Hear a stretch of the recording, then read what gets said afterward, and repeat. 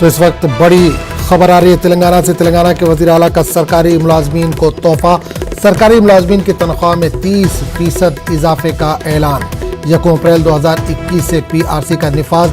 Retirement की उम्र को 58 से बढ़ाकर 61 साल किया गया। तो बड़ी खबर सरकारी मुलाजमीन के लिए, बड़ा तोहफा सरकार का। तेलंगाना के वज़ीर आला का सरकारी मुलाजमीन को बड़ा तोहफा। सरकारी मुलाजमीन की तनख्वाह में 30% का इजाफा किया गया है। 1 अप्रैल 2021 से पीआरसी का निफाज होगा। रिटायरमेंट की उम्र जो पहले 58 साल थी उसको भी बढ़ाकर 61 साल कर दिया गया। तो बड़ी खबर है सरकारी मुलाजमीन के, जो तेलंगाना के सरकारी मुलाजमीन है उनके लिए एक अच्छी खबर है, बड़ी खबर है।